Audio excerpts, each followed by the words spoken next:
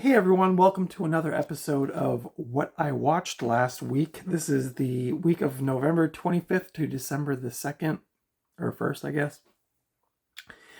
And I watched, let's see, 6 titles. Only one of them is Christmas. So if you were getting tired of my Christmas stuff last week, only one of them is Christmas. I'm just noticing my gray hairs.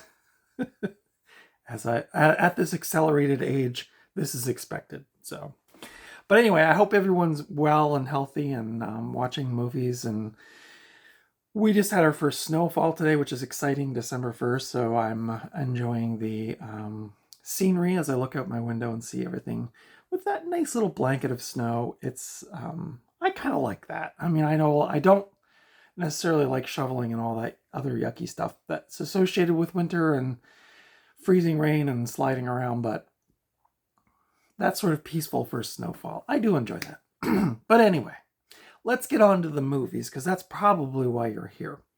Oh, by the way, I've got a vintage Christmas ornament here. I believe, I can't remember if my aunt or my grandmother that hand painted this. Let me just look at the bottom. Oh, I thought there was like initials on it. I guess not. Anyway, one of my family members painted this in the 70s.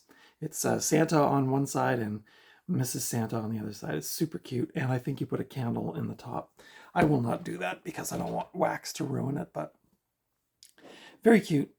That was gifted to me by my mom recently as she was downsizing some of her Christmas ornaments. Anyway, the first title is a Christmas movie, and that is from 2018, and that is the newer animated Dr. Seuss's The Grinch.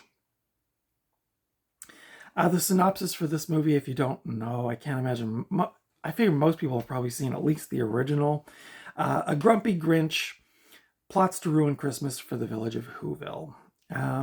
This was directed by Scott Mosier, who was I was kind of surprised he's the guy from a bunch of the Kevin Smith movies, and it was co-directed by a person named Yarrow Cheney.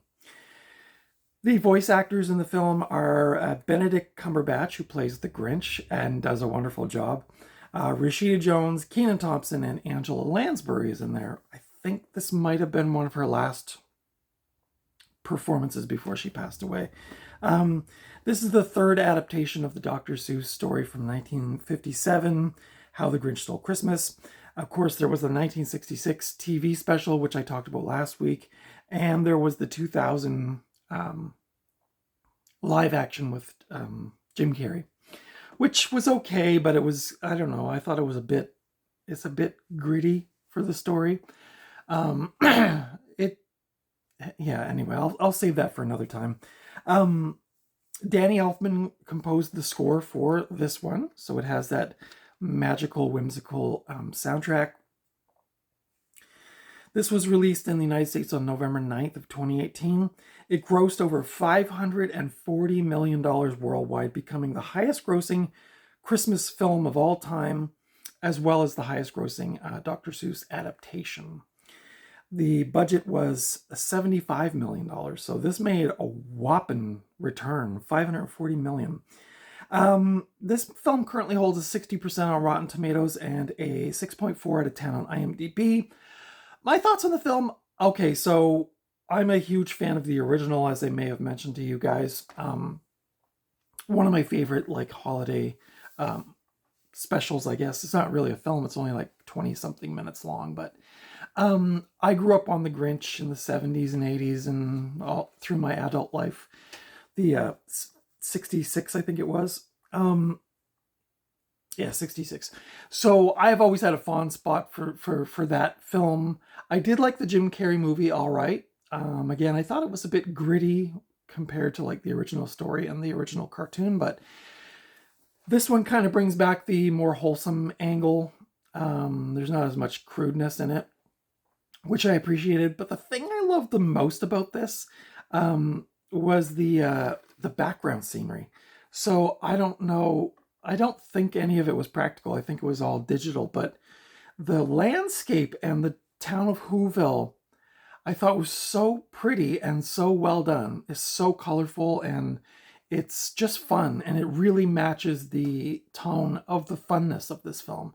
So that part for me was really fun. Benedict Cumberbatch was great as the Grinch. I thought his voice was really good for that role. There's some new characters in it. There was a big, was it a cow or I think there was a couple of newer characters added to this that weren't in the original, which was fine. Um, and yeah, this movie just blew up at the box office. I think it's like I see it everywhere streaming now, so I'm guessing it must still be pretty popular with people, and probably with kids that want to watch a Christmas cartoon. But yeah, I love this film. I thought it was great. It's a nice addition to the Grinch canon, if you will. I'll still probably prefer the original with Boris Karloff, but this one's kind of a nice, just throw it on in the background at Christmas time. Maybe you're wrapping presents, or I'll probably watch this with my niece. We watched it last year and she seemed to enjoy it all right. This has a bunch of mini movies on it, which I don't think I watched any of those, but this is rated G in Canada and probably worldwide. This is a pretty bare bones edition. There's nothing fancy about it. I like how they retained the Grinch writing from the original cartoon. Yeah, just a really wholesome, cute movie. So if you're looking for something for the family for Christmas, or if you're just feeling kind of blue and you want something to upbeat, that's a good one. Now, the next movie I watched was The Spiderwick Chronicles from 2008. Following suit in my last couple of months of watching movies, I've been really into this like 2000 to 2010 or 15, these kind of like dark family fantasy films. I guess like I watched all of them as I was getting older, but I guess I didn't realize there was such a trend in that time period for these kind of movies. This is a really fun movie. This is the synopsis is: upon moving into the rundown Spiderwick estate with their mother, twin brothers Jared and Simon Grace, along with their sister Mallory, find themselves pulled into an alternate world full of fairies and other creatures. I believe, yeah. So yeah, you can see some of the creatures down below there.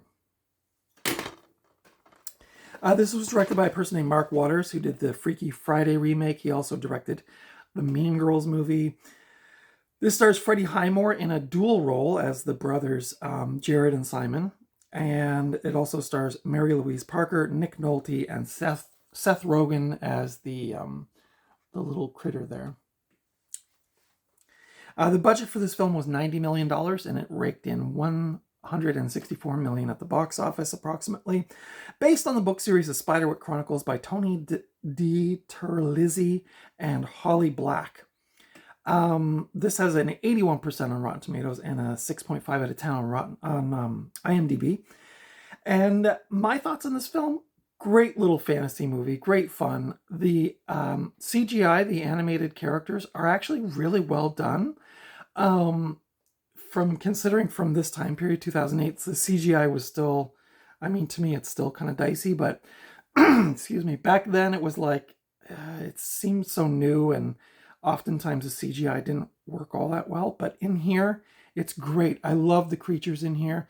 If you love like Brian Froud and Dark Crystal and things like that, this is probably going to be your bag. Freddie Highmore, who's the lead actor in the movie, he was in the remake of Charlie and the Chocolate Factory, or Willy Wonka and the Chocolate Factory, whatever. He plays a dual role in this, and he does it with great success. I was really amazed at his acting chops here. It's got a really fun vibe. They go off into like a sort of dream world where these fairies are flying around, and it's got kind of a ethereal kind of feel to it. But overall, a really fun movie, another good family movie. The CGI, like I said, is quite good. The characters are fleshed out. Seth Rogen as the little beastie guy, he is really funny. I recognize his voice right away. Yeah, he's great in it. Highly recommend that one if you're looking for like a fantasy film or something for the family. Speaking of fantasy, the next movie I got up is The Shape of Water from Guillermo del Toro. Um, Actually, this was also a thrifting pickup last week or the week before. So I did rewatch this movie. Um, the synopsis for this movie is: at a top secret research facility in the 1960s, a lonely janitor forms a unique relationship with an amphibious creature that is being held in captivity. This is a romantic fantasy movie from Del Toro, starring Sally Hawkins. You might recognize her as Maud Lewis from the film Maudie. I'm from Nova Scotia and live in Nova Scotia, so Maudie, of course, is a very famous folk painter from Nova Scotia, and so yeah, I of course love that movie. It's really good, and she does a great job. I think she's just a good actress, really. But this also stars Michael Shannon, who is absolutely terrifying in this film. Richard Jenkins is the guy from was he the dad in Step Brothers? I think so, and he was the one of the two like office guys in Cabin in the Woods. That guy, he's always really funny, and he's great in here. And there also stars Doug Jones, who is a very tall, skinny person who played Abe Sapien in Del Toro's Hellboy movies. But definitely Sally Hawkins is the standout here. She is so good, and but Michael Shannon really scary in this movie. I'm not gonna lie. I actually talked to my son this past week on the phone. We were talking about this movie, and he was telling me that Michael Shannon is actually really funny in real life. But I said, okay, maybe. But in this movie, I totally detested him, and I was honestly feeling kind of anxious whenever he was on the screen. The budget for The Shape of Water was $20 million, and it made $195 million at the box office, approximately. Shape of Water won Best Picture and Best Director at the 2017 Academy Awards, which was a pretty big deal. I think it was the second fantasy film in Academy Awards history to win Best Film, only preceded by Lord of the Rings, Return of the King. Filming took place in Ontario, Canada from August to November of 2016. Of course, this film is inspired by Creature from the Black Lagoon, which apparently Del Toro loves that film. So this was kind of his, like, I don't want to say homage, but like definitely he was like giving a nod to the Gill Man. Del Toro was apparently torn between making this a black and white movie or a color movie. Fox Searchlight Pictures apparently offered him $20 million to do it in color and $17 million to do it in black and white. And apparently he was really torn, but in the end he did it in color. And I think that was a wise choice because this is the Technicolor 60s, so it's got that really beautiful colors, very subdued colors, but very unique colors. Like the greens and the blues are very like almost hazy and feel very dreamlike. On that note, apparently this film had a bunch of plagiarism claims against it, including Jean-Pierre Jeunet, who did the film Amélie. And what's interesting is when I was watching Shape of Water, I was like, this reminds me a bit of Amélie as far as like the texture and the color. So apparently that was a thing. And then there were a couple of other claims about the story being similar to other stories, but I think those were all dismissed. And Del Toro has said that he never read or saw the stories that these people were claiming he ripped off. So this has a 92% on Rotten Tomatoes and a 7.3 out of 10 on IMDb. The Shape of Water, a very pretty movie. In fact, just look at the cover. You can see some of the colors there.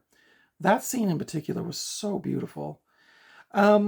This is a bit sexy. It's a bit romantic. It's a bit spooky. The Gill Man in this one does kind of give you the same vibes as the Creature from the Black Lagoon.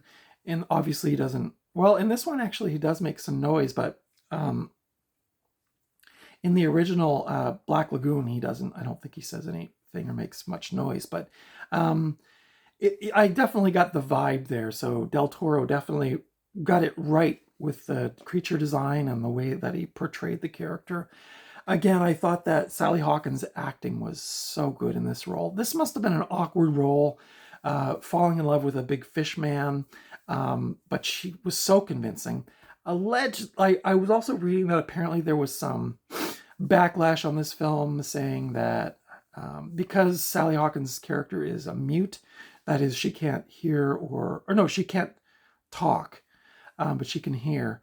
I don't even know if that word's politically correct anymore, but my apologies if it's not. But anyway, there was some, disability advisory folks who claimed that this film was not fair to people with disabilities because they were saying that only somebody with a disability, the only person they could get would be like this creature or whatever, and that they wouldn't fit in with regular society and fall in love with somebody that was, that didn't have a disability. I don't feel that way at all about this movie. I just thought this movie was very beautiful. If you like fantasy movies, if you like Del Toro, you're gonna love this. This is, I think of Pan's Labyrinth or Kronos, other beautiful movies that he's done visually and heartbreaking and beautiful and wonderful all at the same time. So obviously it's a great film. It won best film at the Oscar or the Academies, pardon me. And a lot of people, I've heard some people say they don't like Del Toro's style or whatever. I do, so maybe I'm a little biased, but I thought Shape of Water was great and highly recommend it if you're looking for a good little fantasy film. The next movie up I watched was from 2015, and this is the Peanuts movie. It says Dream Big. The synopsis for this movie is Snoopy embarks upon his greatest mission as he and his team take to the skies to pursue their archenemies, while his best pal Charlie Brown begins his own epic quest back home to win the love of his life. This was directed by Steve Martino, who also directed Horton Hears a Who. This is, of course, based on Charles Schulz's comic strip of the same name, Peanuts. This has voice actors Noah Schnapp, Hadley Bell Miller, Marion Sheets, and Alex Garfin. The budget for this film was $99 million, and the box office was a whopping $246 million, so not too bad. Development on this film began in 2006, 6 years after Charles M. Schulz passed away, and after the final release of the last Peanuts comic strip in 2000. This release commemorates the 65th anniversary of the comic strip and the 50th anniversary of the TV special Charlie Brown's Christmas, which is popular around this time of year. This has an 87% on Rotten Tomatoes and a 7.10 out of 7 out of 10 on IMDb. My thoughts on this film: I really enjoyed this movie. It's fun, it's playful. They did a really nice job animating the characters. I thought they looked just like this. So imagine this picture coming to life. I thought it was a great homage to the original cartoons, and it retained that kind of wholesome thing going again, much like The Grinch. All the voice acting was great. I mean, the story's nothing groundbreaking, but it's cute, it's playful.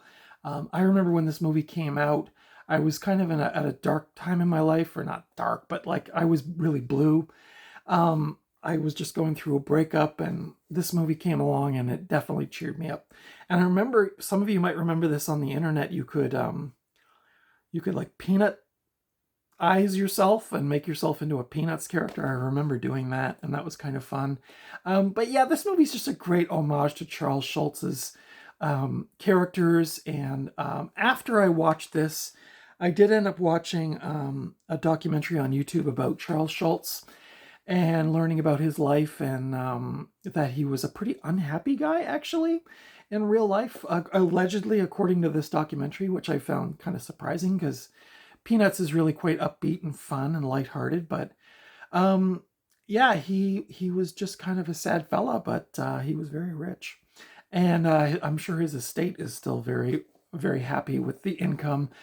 Peanuts is making a huge comeback this past year with lots of merchandise. I'm sure we're going to see another Peanuts movie coming along. Apparently they still make TV specials, but I don't know. Apple Plus sort of is the gatekeeper of these movies. You can't watch Christmas, like Charlie Brown Christmas or Charlie Brown Halloween, unless you have Apple Plus, which I think is a real shame because these are, to me, are like, everyone should be able to enjoy these.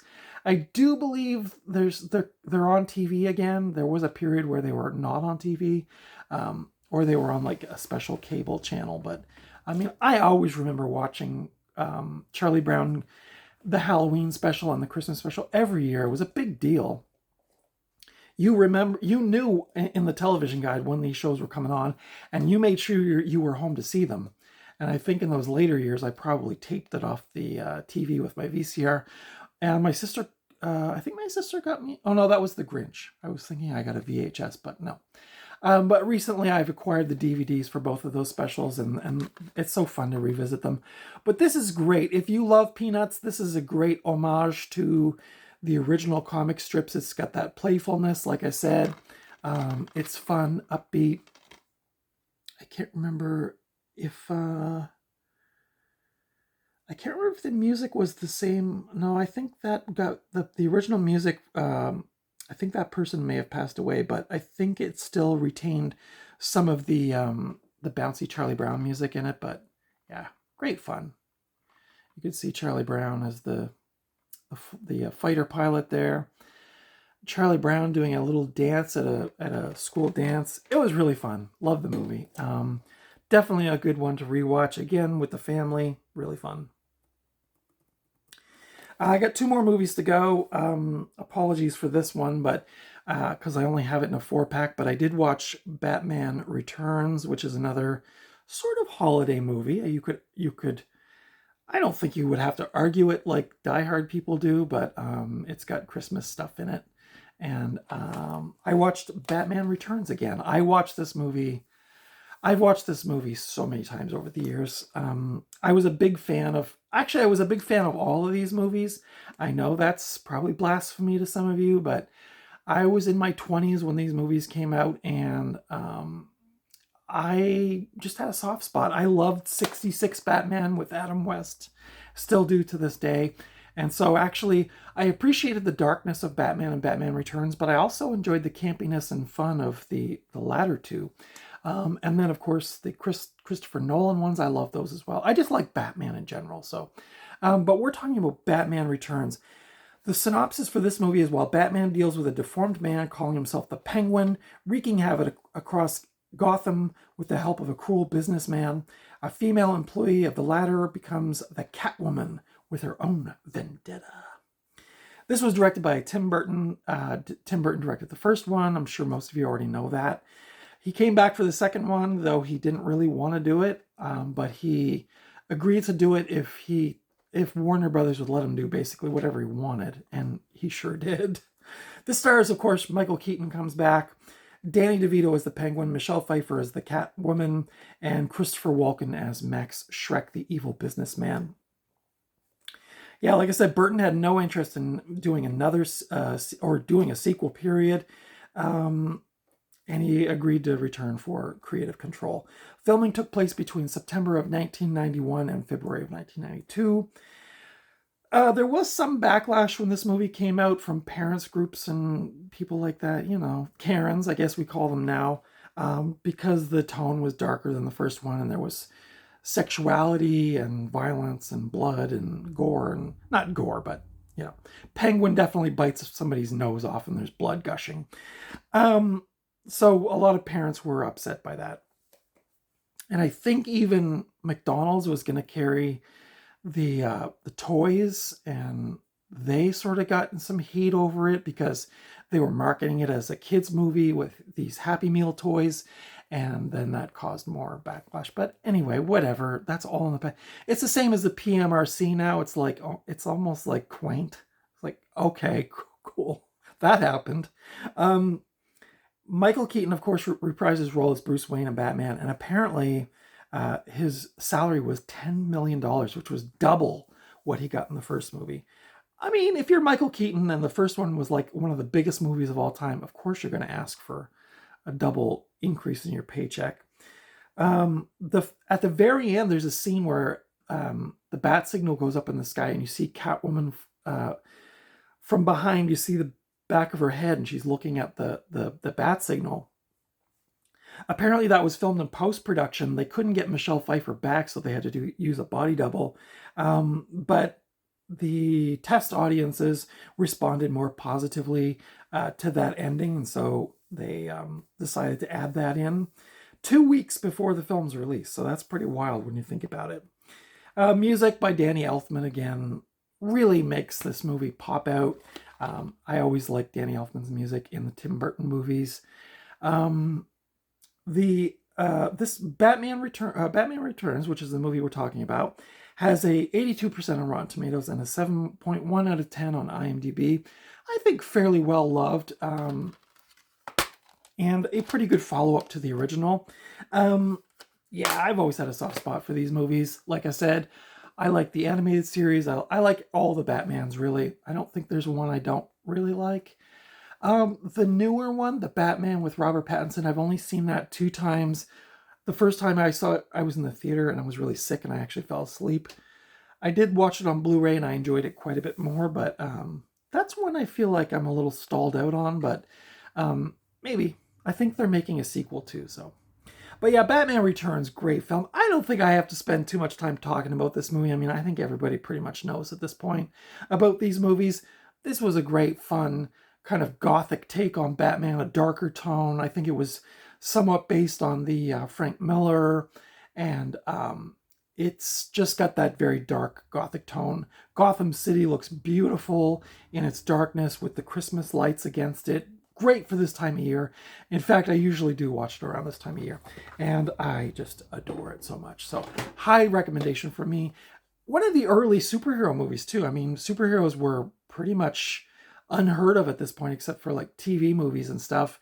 It wouldn't be probably till Spider-Man in the early 2000s. So when Batman came out in 89, of course, as you know, it was a big, massive blockbuster and a huge, huge sort of return to form for big studio movies. And Batman Returns is interesting because, like I said, Tim Burton wanted complete control of this movie and creatively, and so it definitely has more Burton-esque sort of darkness to it, which I appreciate. But apparently some of the moms and dads out there and the CEO of McDonald's, I guess, did not like it, but whatever. Love the movie. And then the last one is a music DVD. This is Pink Floyd Live at Pompeii, the director's cut. This was directed by a person named Adrian Mabin. It was filmed from the 4th to the 7th of October, 1971. I was only 1 year old when they were making this movie. Isn't that wild? Of course, I really did not come to appreciate Pink Floyd until much later in life. No, I shouldn't say that. I heard the album Amagama on my college radio station in around 1983 or 84. There used to be this radio show that would play whole albums, and this DJ played the whole album of Amagama. And if you've ever heard that album, it's very, very trippy. And I listened to it in my room when I was about 13 or 14. I'd never heard. I was a heavy metal kid, so I was just like Twisted Sister, Rat, Motley Crue. That was my jam. I heard Pink Floyd for the first time, and I was like, what is... And then, not long after, I heard Black Flag for the first time on Brave New Waves on CBC, and I was like, what is this music?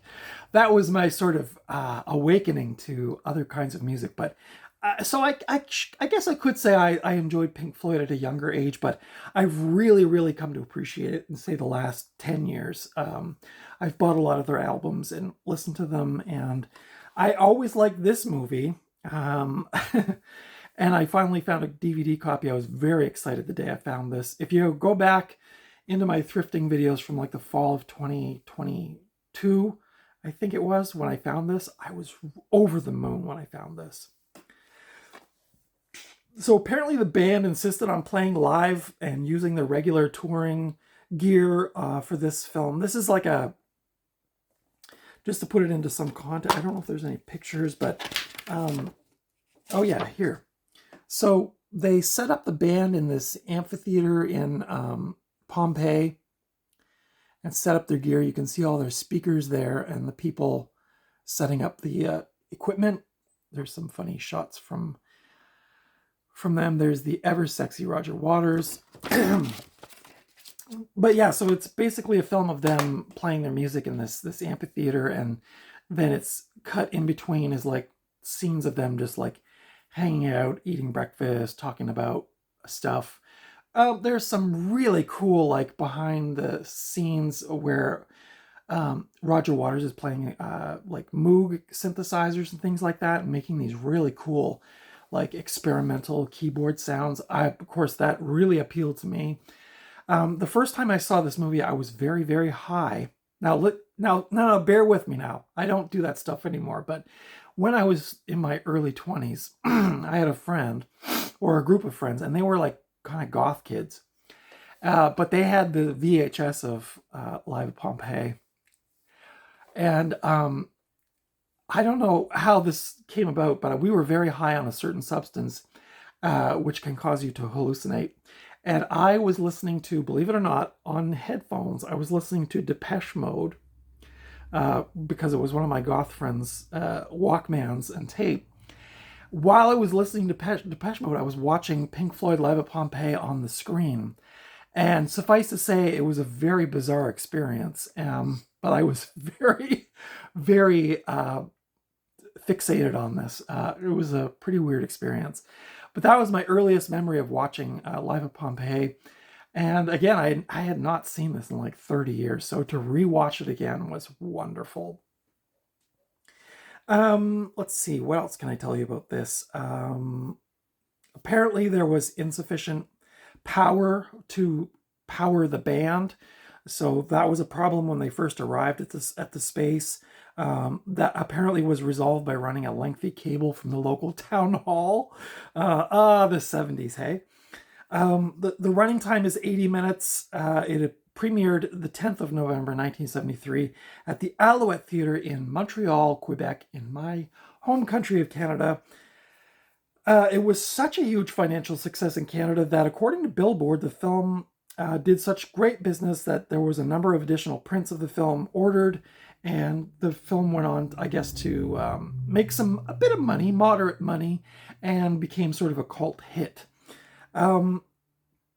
Apparently, I didn't know this, but Radiohead were hugely influenced by this film. I guess you could see it in some of their videos for sure. The panning there's a lot of long panning shots.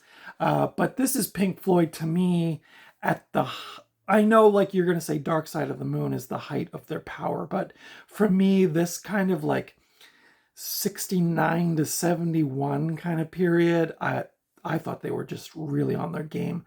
Really experimental, really having fun exploring sound and visuals, and this film is wonderful. I do think you can watch this on YouTube.